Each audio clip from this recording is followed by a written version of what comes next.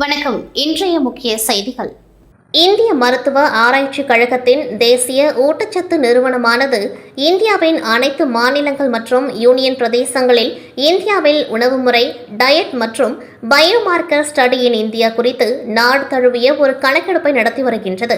இந்த கணக்கெடுப்பு 2023 ஆகஸ்ட் மாதம் முதல் 3 கட்டங்களாக நடத்தப்பட்டு வருகின்றது. ஏற்கனவே 24 மாநிலங்களில் தரவு சேகரிப்பை முடித்துள்ளனர். இப்பொழுது மீதமுள்ள மாநிலங்கள் மற்றும் யூனியன் பிரதேசங்களை இந்த கணக்கெடுப்பை தொடங்கியுள்ளனர்.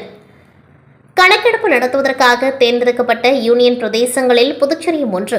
புதுச்சேரி யூனியன் பிரதேசத்தில் உள்ள 4 பிராந்தியங்களை உள்ளடக்கிய 50 வெவ்வேறு வார்டுகள் மற்றும் கிராமங்களில் இந்த கணக்கெடுப்பு நடத்தப்பட உள்ளது. இக்கணக்கெடுப்பை முதலமைச்சர் ரங்கசாமி அவர்கள் புதுச்சேரி சட்டப்பேரவையில் தனது அலுவலகத்தில் இன்று துவக்கி வைத்தார். அரசு செயலர் முத்தம்மா, மகளிர் மற்றும் குழந்தைகள் மேம்பாட்டுத்துறை இயக்குநர் முத்து மீனா, இந்திய மருத்துவ ஆராய்ச்சி நிறுவனத்தின் தேசிய ஊட்டச்சத்து நிறுவன மூத்த ஆராய்ச்சியாளர் ஆனந்தன், நோய் கடத்தி கட்டுப்பாட்டு ஆராய்ச்சி நிறுவன இயக்குநர் மஞ்சு ராகி, விஞ்ஞானி தனலட்சுமி மற்றும் அதிகாரிகள் இந்நிகழ்ச்சியில் கலந்து கொண்டார்கள்.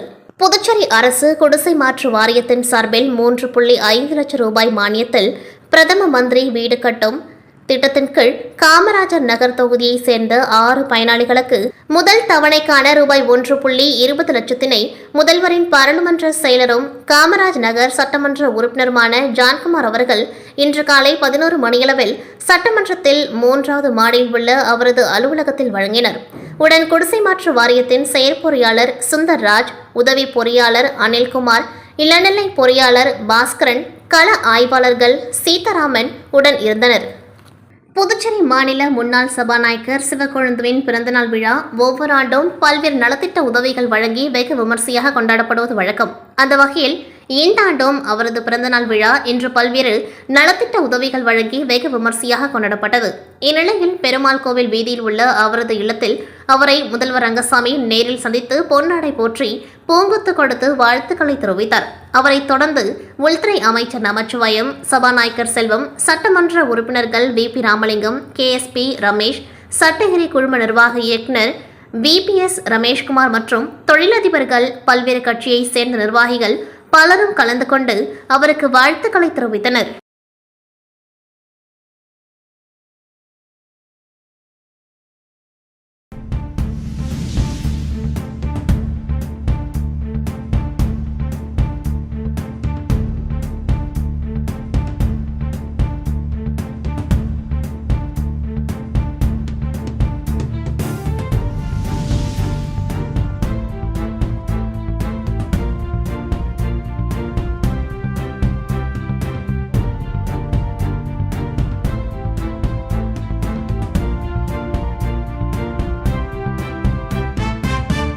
மறைந்த முன்னாள் MP கண்ணன் அவர்களுக்கு இன்று பாராளுமன்றத்தில் இரங்கல் குறிப்பு வாசித்து இரங்கல் தெரிவித்த துணை ஜனாதிபதி ஜெகதீப் தன்கர் அவர்களுக்கு என் சார்பாகவும் என் குடும்பத்தார் சார்பாகவும் நெஞ்சார்ந்த நன்றிகளை தெரிவித்துக் கொள்வதாக கண்ணனின் மகன் விக்னேஷ் கண்ணன் தெரிவித்துள்ளார். இது தொடர்பாக விக்னேஷ் கண்ணன் வெளியிட்டுள்ள செய்திக்குறிப்பில், இன்று நடைபெற்ற பாராளுமன்ற கூட்டத்தொடரில் துணை ஜனாதிபதி வாசித்த இரங்கல் செய்தியில் 2023 நவம்பர் 5ஆம் தேதியன்று இந்த அவையின் முன்னாள் உறுப்பினராக இருந்த கண்ணன் இயற்கை எய்தினார். அவர் புதுச்சேரி யூனியன் பிரதேசத்தை பிரதிநிதித்துவப்படுத்தி இந்த அவையின் உறுப்பினராக இருந்தார். 20/8/1949 அன்று புதுச்சேரியில் பிறந்த கண்ணன் மிகவும் இளம் வயதிலேயே அரசியலில் ஈடுபட்டு 1985, 1991, 1996 ஆகிய ஆண்டுகளில் 3 முறை சட்டமன்ற உறுப்பினராக இருந்தார். அவர் 1991 மற்றும் 1996 ஆண்டுகளில் புதுச்சேரி சட்டமன்றத்தின் சபாநாயகராகவும் புதுச்சேரி அரசின் அமைச்சராகவும் பணியாற்றினார். இந்திய நாடு புதுச்சேரி மாநிலத்தின் உயர்ந்த தலைவர்களில் ஒருவராகவும் அனுபவம் வாய்ந்த சட்டமன்ற உறுப்பினராகவும் திறமையான நிர்வாகியாகவும் இருந்த ஒருவரை இழந்துள்ளது மிகவும் வருத்தத்துக்குரியது. கண்ணன் அவர்கள் மறைவுக்கு இந்த அவை ஆழ்ந்த இரங்கலை தெரிவிக்கின்றது என்று துணை ஜனாதிபதி அவர்கள் தெரிவித்துள்ளார். பாராளுமன்ற பேரவையில் எனது தந்தையும் முன்னாள் MPயுமான கண்ணனுக்கு துணை ஜனாதிபதி இரங்கல் தெரிவித்ததற்கு என் சார்பாகவும் எனது குடும்பத்தினர் மற்றும் கண்ணனின் ஆதரவாளர்கள் சார்பாகவும் நெஞ்சார்ந்த நன்றியை தெரிவித்துக் கொள்கின்றேன் என குறிப்பிட்டுள்ளார். புதுச்சேரி மாநிலத்தின் ஏனாம் பிராந்தியம் ஆந்திர மாநிலத்தை ஒட்டியுள்ளது. மேலும் ஆந்திராவில் உள்ள கோதாவரி ஆற்றுப்படுக்கை ஓரத்தில் கடந்த சில தினங்களாக பலத்த மழை பெய்து வருகின்றது. இதேபோல் ஏனாம் பிராந்தியத்திலும் மழை பெய்து வருகின்றது. இதனிடையே கடந்த 2022ஆம் ஆண்டு பெய்த கனமழையின் காரணமாக கோதாவரி ஆற்றில் ஏற்பட்ட வெள்ளப்பெருக்கு காரணமாக ஏனாம் பிராந்தியத்தின் பல்வேறு பகுதிகளில் உள்ள வீடுகளில் வெள்ள நீர் சூழ்ந்து 1000க்கும் மேற்பட்டோர் பாதிக்கப்பட்டனர். இந்நிலையில் தற்பொழுது பெய்து வரும் மழையின் காரணமாக கோதாவரி ஆற்றில் வெள்ளப்பெருக்கு ஏற்படும் நிலை உள்ளது. இதனையடுத்து இன்று ஏனாம் பிராந்தியத்தின் கோதாவரி ஆற்றுப்படுகை நிர்வாகி முனுசாமி பொதுப்பணித்துறை அதிகாரிகளுடன் சென்று ஆய்வு மேற்கொண்டார்.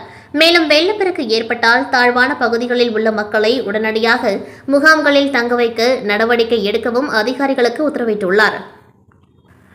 புதுச்சேரி மாநிலம் உப்பளம் தொகுதிக்குட்பட்ட உடையார் தோட்டம் சாலையில் விரிவாக்கம் வேண்டி உப்பளம் தொகுதி சட்டமன்ற உறுப்பினர் ஆனிபால் கென்னடி அவர்களிடம் அப்பகுதியில் வசிக்கும் 20க்கும் மேற்பட்ட குடும்ப உறுப்பினர்கள் சட்டமன்ற உறுப்பினர் ஆனிபால் கென்னடி அவர்களிடம் சட்டமன்ற தேர்தல் பிரச்சாரம் நடக்கும் பொழுது வேண்டுகோள் விடுத்திருந்தனர்.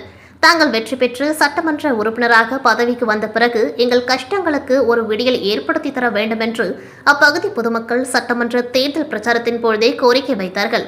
அவர்களின் கோரிக்கையினை ஏற்ற திமுக வேட்பாளர் ஆனிபால் கென்னடி அவர்கள் மக்களின் ஆதரவுடன் அமோக வெற்றி பெற்றார். அந்த வெற்றிக்கு பிறகு உடையார் தோட்டம் சாலையை விரிவாக்கம் செய்வதற்கு முயற்சி மேற்கொண்டார்.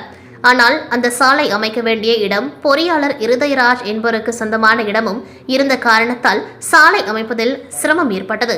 உடனடியாக இடத்தின் உரிமையாளர் இருதயராஜ் அவர்களை சந்தித்து சாலை அமைக்க இடம் வேண்டினர்.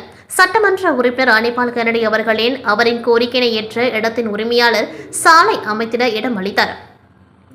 அதன் காரணமாக சட்டமன்ற தேர்தல் காலகட்டத்தில் வைத்த உடையார் தோட்டம் மக்கள் வைத்த கோரிக்கையினை சில மாதங்களிலேயே மக்களின் துயர்களை கலைத்தார் சட்டமன்ற உறுப்பினர் ஆனிபால் கென்னடி அவர்கள். அவர் வெற்றிக்கு முன் அளித்த வாக்குறுதியினை அப்பொழுது நிறைவேற்றினார். அதனைத் தொடர்ந்து தற்பொழுது அப்பகுதியில் ஒவ்வொருவர் வீட்டிற்கும் தனித்தனியாக கழிவுநீர் தேக்க தொட்டிகள் அமைத்துக் கொடுத்தார். மேலும் தெருக்களில் மின் விளக்குகள் அமைத்துக் கொடுத்தார். பல வீடுகளுக்கு மனைப்பட்டா வழங்கிடவும் ஏற்பாடுகள் செய்தார். சாலை அமைக்கவும் விரிவாக்கம் செய்யவும் மேற்கொள்ளும் பொழுது ஏற்பட்ட இடர்பாடுகளை களைவதற்கு பல கட்ட முயற்சிகள் மேற்கொண்டார். சாலை அமைக்க தடையாக குறுக்கே அமைந்திருந்த டெலிபோன் கம்பத்தை அகற்றிடவும் ஏற்பாடுகள் செய்தார். தடையாக இருந்த சிமெண்ட் கட்டைகளை உடைத்தும் சாலை விரிவாக்கத்திற்கு ஏற்பாடுகள் செய்தார். இப்பணிகள் சிறப்பான முறையில் நடைபெற பல கட்ட முயற்சிகள் மேற்கொண்ட சட்டமன்ற உறுப்பினர் ஆனிபால் கென்னடி அவர்கள் இவ்வளவு முயற்சிக்கு பின் இந்த சாலை அமைக்கும் பணி நடைபெற்று வருகின்றது. இதனை சட்டமன்ற உறுப்பினர் ஆனிபால் கென்னடி அவர்கள் நகராட்சி இளநிலை பொறியாளர் சண்முகம் மற்றும் பரமானந்தம் அவர்களுடன் ஆய்வு மேற்கொண்டார். வெகு விரைவில் சாலை விரிவாக்கம் அடைந்து மக்களின் பயன்பாட்டிற்கு வரும் என்று சட்டமன்ற உறுப்பினர் ஆனிபால் கென்னடி அவர்கள் பொதுமக்களிடம் கூறினார். அவருடன் தொகுதி செயலாளர் சக்திவேல், அவைத்தலைவர் ஹரிகிருஷ்ணன், துணை செயலாளர் நிசார், மாநில மீனவரணி துணை அமைப்பாளர் விநாயகமூர்த்தி, கிளை செயலாளர்கள் காலப்பன், ராகேஷ், கழக சகோதரர்கள் பக்தவச்சலம், சதீஷ், மோரிஸ் ஆகியோர் உடன் இருந்தனர்.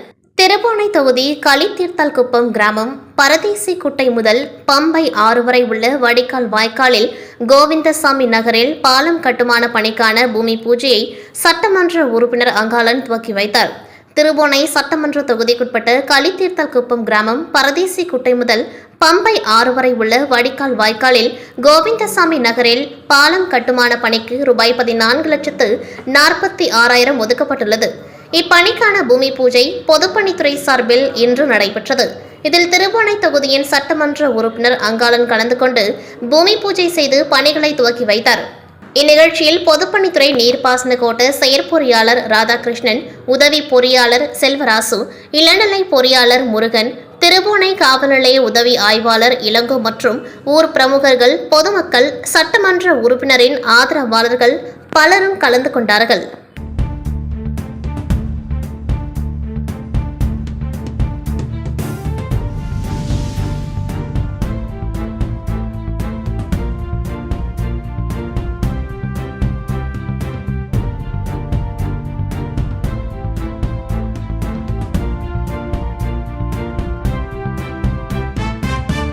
ஜப்பானீஸ் ஜப்பானீஸ் கொஜோரியோ sports karate association black belt award வழங்கிய இந்நிகழ்ச்சியில் சிறப்பு விருந்தினராக காரைக்கால் டிஸ்ட்ரிக்ட் ரைபிள் கிளப் தலைவரும் அமைச்சருமான திருமுருகன், புதுச்சேரி அரசு மற்றும் ஜப்பானீஸ் கொஜோரியோ ஸ்போர்ட்ஸ் கராத்தே அசோசியேஷன் தலைவர் நாஜும் எம்எல்ஏ அவர்களும், மலேசியாவை சேர்ந்த கிராண்ட் மாஸ்டர் ராஜசேகரன், துபாயை சேர்ந்த மாஸ்டர் பிரெண்ட்ஸ் அம்சா மற்றும் கேரளாவை சேர்ந்த குருக்கள் அப்துல் ஆகியோர் கலந்து கொண்டு புதுச்சேரி, தமிழகம் மற்றும் கேரளா ஆகிய மாநிலங்களில் இருந்து வந்த 25 வீரர் வீராங்கனைகளுக்கு பிளாக் பெல்ட்டும் சான்றிதழும் வழங்கப்பட்டது.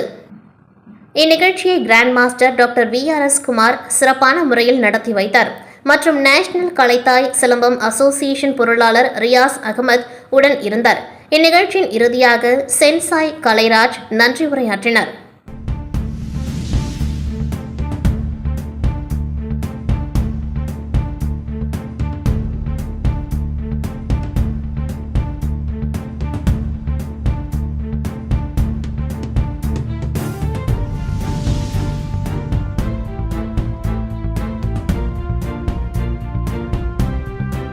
புதுச்சேரி மாநிலத்தில் சமீப காலமாக நிலவி வருகின்ற போக்குவரத்து நெரிசல், இதனால் ஏற்படுகின்ற விபத்துகளை தடுப்பதற்கு புதுச்சேரி அரசானது துறை ரீதியான பல்வேறு நடவடிக்கைகளை மேற்கொண்டு வருகின்றது. அதன் அடிப்படையில் புதுச்சேரி மாநில வில்லியனூர் தெற்கு வருவாய் துணை மாவட்ட ஆட்சியர் சோமசேகர் அப்பாராவ் கொட்டாரோ தலைமையில் வருவாய் தெற்கு பகுதிக்குட்பட்ட பொது சாலைகளில் நிரந்தர நீக்கம் மற்றும் தற்காலிக ஆக்கிரமிப்புகளை குறித்து அதிகார வரம்பிற்குட்பட்ட சாலை பாதுகாப்பு துணைப்பிரிவு தெற்கு மேஜிஸ்திரேட் தலைமையில் துணைப்பிரிவு மேஜிஸ்திரேட், தெற்கு போக்குவரத்து காவல் கண்காணிப்பாளர், வில்லியனூர் வட்டாட்சியர், பாகூர் வட்டாட்சியர், வில்லியனூர் சட்டம் ஒழுங்கு காவலர்கள் மற்றும் போக்குவரத்து காவலர்கள் முன்னிலையில் கோட்டைமேடு சந்திப்பு பகுதியில் உள்ள சாலையோரம் அமைக்கப்பட்டுள்ள விளம்பர பலகைகள் மற்றும் அரசுக்கு சொந்தமான இடத்தை ஆக்கிரமிப்பு செய்து கட்டப்பட்டுள்ள சுவர்கள் மற்றும் கடையின் மேற்கூரைகள் ஆகியவற்றினை JCB இயந்திரத்தை கொண்டு பாரபட்சமின்றி நடவடிக்கை மேற்கொள்ளப்பட்டது. மேலும் ஆக்கிரமிப்புகளை அகற்றுவது குறித்து முன்னதாகவே செய்தித்தாள் மூலமாக தகவல் தெரிவிக்கப்பட்டு இருந்தது என்பதும் குறிப்பிடத்தக்கது.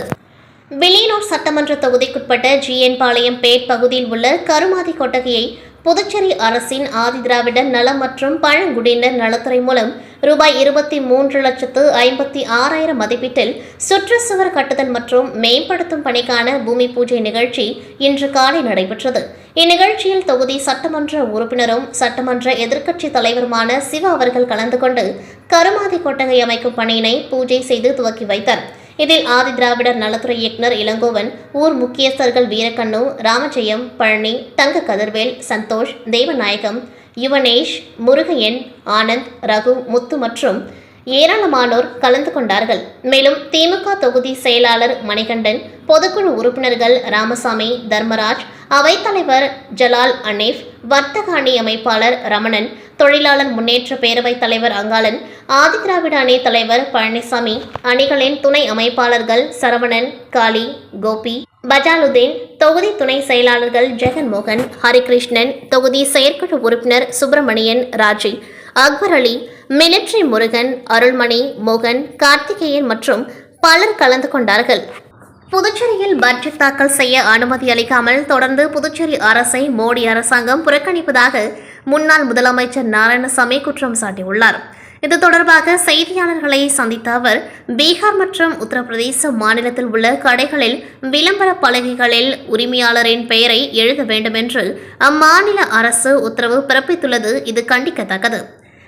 இந்தியா ஒரு ஜனநாயக நாடு. தொழில் செய்ய அனைவருக்கும் உரிமை உண்டு. சிறுபான்மையினர் இருக்கக்கூடாது என்ற உள்நோக்கத்தோடு இந்த உத்தரவு பிறப்பிக்கப்பட்டுள்ளது. இது ஜனநாயகத்திற்கு ஏற்புடையதல்ல. ஆனால் மத்திய அரசு இதில் வாய்மூடி மௌனமாக உள்ளது என்று நாராயணசாமி குற்றம் சாட்டினார். புதுச்சேரியில் பட்ஜெட் தாக்கல் செய்ய காலதாமதமானதற்கு காரணம் என்ன? இதுவரை மத்திய அரசு ஒப்புதல் வழங்கவில்லை. காங்கிரஸ் ஆட்சியில் என்ன நிலை நீடித்ததோ அதே நிலைதான் தற்பொழுதும் நீடித்து வருவதாக தெரிவித்த நாராயணசாமி, புதுச்சேரி அரசை மோடி அரசாங்கம் தொடர்ந்து வஞ்சித்து வருகின்றது என்பதற்கு இது மிகப்பெரிய உதாரணம். புதுச்சேரியை புறக்கணிப்பதுதான் மோடியின், அமித்ஷாவின் கடமை என்றார். ஸ்மார்ட் சிட்டி திட்டத்தின் மூலம் செயல்படுத்த வேண்டிய 66 திட்டங்களில் 32 திட்டங்கள் மட்டுமே செயல்படுத்தப்பட்டுள்ளது. மீதி திட்டங்கள் மத்திய அரசு நிதி ஒதுக்கவில்லை என்று நிறுத்தப்பட்டுள்ளதாக குற்றம் சாட்டிய நாராயணசாமி, ரங்கசாமி ஆட்சியில் எந்த ஒரு திட்டமும் முழுமை பெறவில்லை என்றார். முதலமைச்சர் அலுவலகத்தில் பணிபுரியும் ஊழியர்கள் முதலமைச்சரின் பெயரை சொல்லி லட்சக்கணக்கில் கையூட்டு பெறுவதாக குற்றம் சாட்டிய நாராயணசாமி, லஞ்சம் வாங்குபவர்கள் யார் என்று தெரிந்தும் முதலமைச்சரும் ஆளுநரும் ஏன் நடவடிக்கை எடுக்கவில்லை என்றும் கேள்வி எழுப்பினார். தமிழகத்திலிருந்து கடத்தி வரப்படும் கள்ள சாராயம் புதுச்சேரி வில்லியனூர் களித்தீர்த்தால்குப்பம் பகுதியில் இறக்கப்பட்டு விற்பனை செய்யப்படுகின்றது. புதுச்சேரி மாநிலம் சாராயத்தில் மிதக்கின்றது என்றும் முன்னாள் முதலமைச்சர் நாராயணசாமி குற்றம் சாட்டினார். புதுச்சேரி ராஷ்டிரிய ஜனதா தளம் முன்னாள் தலைவர் மறைந்த சஞ்சீவி 2ஆம் ஆண்டு நினைவு நாள் நிகழ்ச்சி 100 ரோடு மரப்பாலம் பகுதியில் நடைபெற்றது. இந்நிகழ்ச்சிக்கு கண்டமங்கலம் முன்னாள் ஊராட்சி மன்ற தலைவர் ஜெகநாதன் மற்றும் சஞ்சீவி அவர்களின் மகனும் சமூக சேவகருமான வழக்கறிஞர் சசிபாலன் ஆகியோர் தலைமையில் நடைபெற்றது. இதில் அலங்கரித்து வைக்கப்பட்டிருந்த ராஷ்டிரிய ஜனதா தளம் தலைவர் சஞ்சீவியின் திருவுருவப்படத்திற்கு மலர் தூவி மரியாதை செலுத்தினர். தொடர்ந்து அவர் புதுச்சேரியில் அரசியலில் செய்த அளப்பரிய சாதனைகள் மற்றும் கட்சி பாகுபாடின்றி அனைவரிடத்திலும் பழகும் குணம் இல்லாதவர்களுக்கும் உதவி செய்யும் பண்பு உள்ளிட்டவைகள் குறித்தும் அவருடன் அரசியல் மற்றும் அதனை தாண்டி பயணம் செய்த நினைவுகள் குறித்தும் பல்வேறு அரசியல் கட்சி தலைவர்கள், சமூக அமைப்பை சார்ந்த நிர்வாகிகள் சிறப்புரை ஆற்றினார்கள். அதனைத் தொடர்ந்து சுமார் 500க்கும் மேற்பட்ட ஏழை எளிய மக்களுக்கு அன்னதானம் உட்பட பல்வேறு நலத்திட்ட உதவிகள் வழங்கப்பட்டது. இதில் திரளான ராஷ்டிரிய ஜனதா தளம் மாநில நிர்வாகிகள் மற்றும் பல்வேறு அரசியல் கட்சி நிர்வாகிகள் கலந்து கொண்டார்கள்.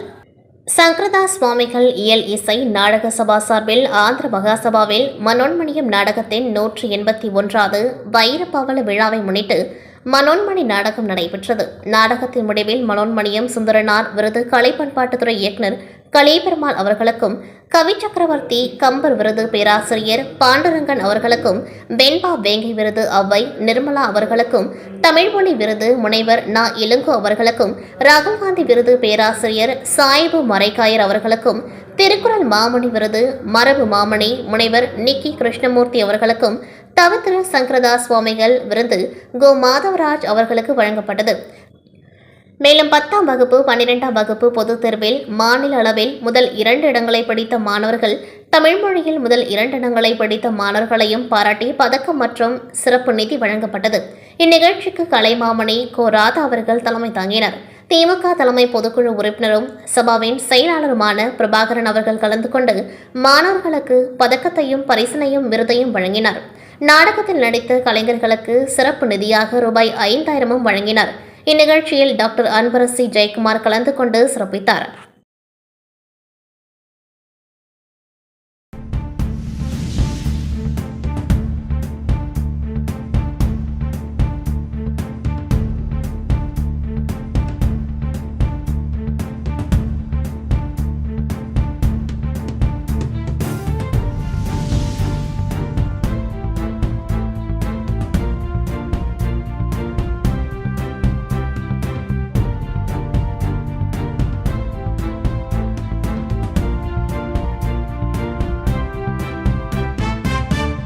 இத்துடன் செய்திகள் நிறைவடைகின்றது. நன்றி, வணக்கம்.